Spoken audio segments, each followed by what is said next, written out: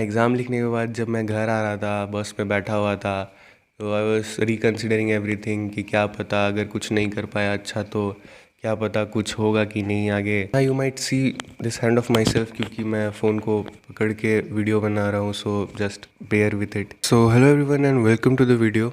I was not uploading anything और कोई update नहीं दे पा रहा था मैं, because I was sick and इसीलिए मैं अपने रिकवरी पे फोकस कर रहा था।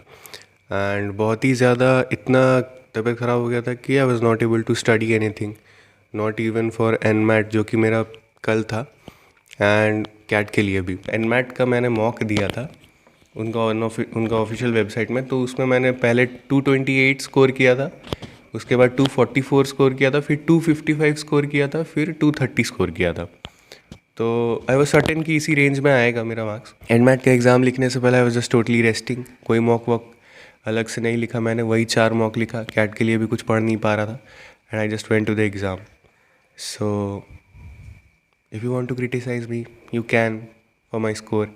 उतना अच्छा क्या, अच्छा मार्क्स तो नहीं है। So yesterday I give my NMAT exam and it did not went well.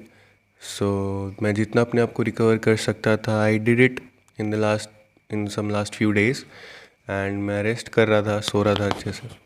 So I scored overall 230 marks. अगर 234 235 क्रॉस कर लेता तो खुश रहता, but overall I score 230 marks. In language skills I scored 79, in reasoning I scored 89, and जहाँ मुझे लग रहा था कि I am very comfortable and मेरा सबसे अच्छा क्वांट्स जाएगा, वहाँ पे I scored a bare minimum of 62। A bare minimum of 62 इसीलिए क्योंकि last year overall cut off था 209 एंड सेक्शनल कट ऑफ था 62 62 62। सो फॉर्चुनेटली 62। सो ऐसा हुआ क्यों, एक्चुअली हुआ ये क्योंकि जो सेंटर था मेरा वो थोड़ा ठीक नहीं था। मेरे सेंटर पे मैं पहुंचा 11 बजने में 15 मिनट बाकी था तब, एंड 12 बजे से मेरा एग्ज़ाम था।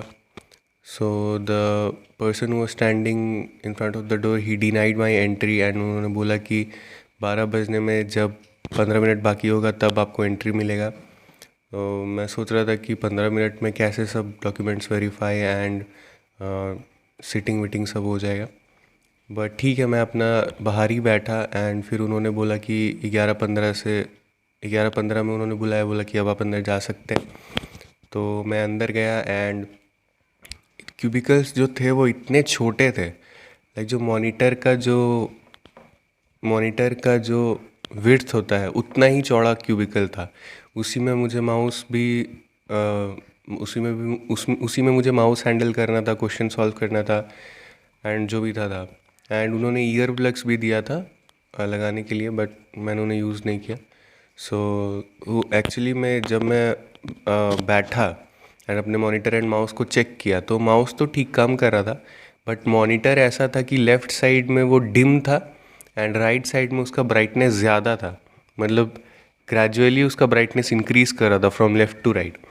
तो मैंने उनको बोला कि प्लीज़ चेंज माई सिस्टम, तो उन्होंने बोला कि नहीं, सारे सिस्टम ऑक्यूपाई हो गए हैं। एंड एक ऐसा सीटिंग अरेंजमेंट ऐसा था कि एक जन बैठा था, फिर एक वैकेंट सीट था, फिर एक जन बैठा था, फिर वैकेंट सीट था। तो ऐसा करके सीटिंग अरेंजमेंट था, तो मेरे पास कोई ऑप्शन नहीं था। तो I just count my self जितना हो सकता था, but my heart was beating like crazy. मेरे जो नर्व्स है, पता नहीं मेरे साथ क्या होता है, मैं एंड मोमेंट पे अपने नर्व्स को ही कंट्रोल नहीं कर पाता हूँ। मेरा हार्ट बीट इतना फास्ट हो गया था कि आई स्टार्टेड ब्रीदिंग डीपली ताकि मैं अपने आप को कंट्रोल कर सकूँ। एंड 1 साइकिल 2 साइकिल 3 साइकिल मैंने अच्छे से किया, जो भी सीख के गया था, लाइक नर्वसनेस वगैरह, बट उससे कुछ कंट्रोल नहीं हो रहा था। I was feeling my heart beat from my top of the head from to toe. And वैसे ही एग्ज़ाम स्टार्ट हुआ। फर्स्ट सेक्शन मैंने इंग्लिश लैंग्वेज स्किल्स का चूज़ किया था, तो हार्ट बीट के साथ वो सेक्शन ठीक मेरा अच्छा गया। देन लॉजिकल रीजनिंग का सेक्शन मेरा बहुत अच्छा गया, लाइक लास्ट में इनपुट आउटपुट का आया था क्वेश्चन, एंड उसके 4 क्वेश्चन मैंने 3 मिनट में बना दिए, एंड लास्ट के 2 क्वेश्चन भी मैंने बना दिए, तो दोनों सेक्शन अच्छा गया था। देन माई उसके बाद जब क्वांट का सेक्शन आया तो मेरा हार्ट बीट स्लो हो गया कि I am now comfortable, I will do good. But questions इतने डिफ़िकल्ट थे, मतलब डिफ़िकल्ट थे या नहीं वो तो नहीं कह सकता हूँ, बट लेंदी थे। एंड क्वेश्चन सॉल्व करते हुए एंड तक पहुँच के, एंड स्टेप पर पहुँच के मेरा आंसर नहीं आ रहा था। सबसे बड़ा प्रॉब्लम ये था कि मेरा आंसर नहीं आ रहा था। I was solving and last में आंसर नहीं आ रहा था, अप्रॉक्सीमेटली भी नहीं आ रहा था। पता नहीं क्या प्रॉब्लम हो रहा था, बहुत सारे क्वेश्चन में ऐसा हुआ मेरे साथ। एंड जहाँ मेरे को स्किप कर देना चाहिए था फटाक से, मैंने उनको भी अटेम्प्ट कर दिया। मैंने उनको भी अटेम्प्ट करने की कोशिश किया। एक्चुअली मैं वो जो क्वेश्चन आ रहा था वो ऐसे जो मैंने एनमैट का मैंने मॉक दिया था उनका ऑफिशियल वेबसाइट में, तो उसमें उस पर जो क्या हुआ था, उस पर जो क्वेश्चंस आते थे वो क्वेश्चंस ऐसे पढ़ने में आसान होता था, उनको पढ़ने में आसानी होता था।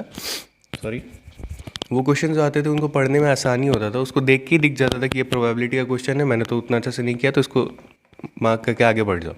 बट वहाँ पे स्टार्ट हो रहा था रेशियो से एंड एरिथमेटिक की तरह क्वेश्चन स्टार्ट हो रहा था, एंड लास्ट में जाके प्रोबेबिलिटी का एक लाइन आ रहा था। हालांकि वो क्वेश्चन ठीक था, बट कुछ और ऐसे क्वेश्चंस थे जो कि मेरे को तो इजी नहीं लगा। एंड थोड़ा सा उसके वजह से मेरा, एंड मैंने लास्ट में अपने मैथ्स के सेक्शन में अप्रॉक्सीमेटली 15 क्वेश्चंस मैं देख भी नहीं पाया, मुझे रैंडम मार्क करके आगे बढ़ना पड़ा क्योंकि मैंने अपना बहुत सारा टाइम उन आगे वाले क्वेश्चंस में दे दिया था। एंड फ्रूटफुल भी नहीं हुआ वो टाइम क्योंकि आंसर्स नहीं आ रहे थे।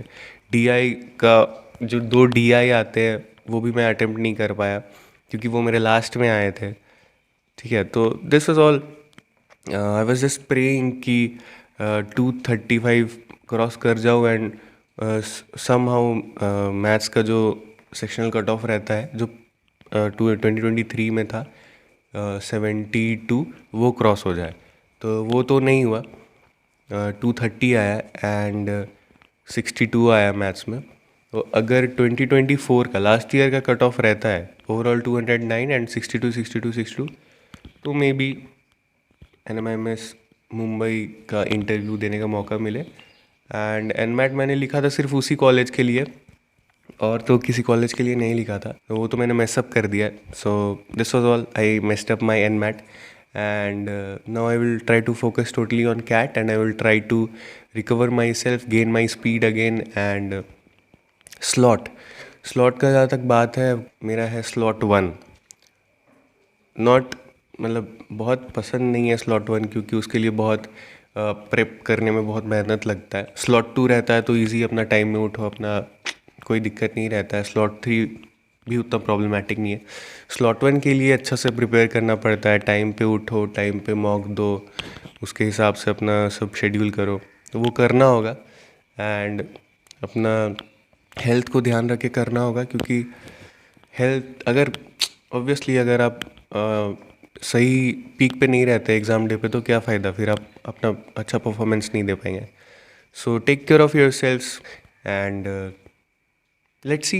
I will try to focus more on cat now, and I will try to do best in it, better in it, and I hope कि आपका NMAT अच्छा जाए. All the best for the NMAT. That's all for the video. Thank you so much for watching the video. Bye bye.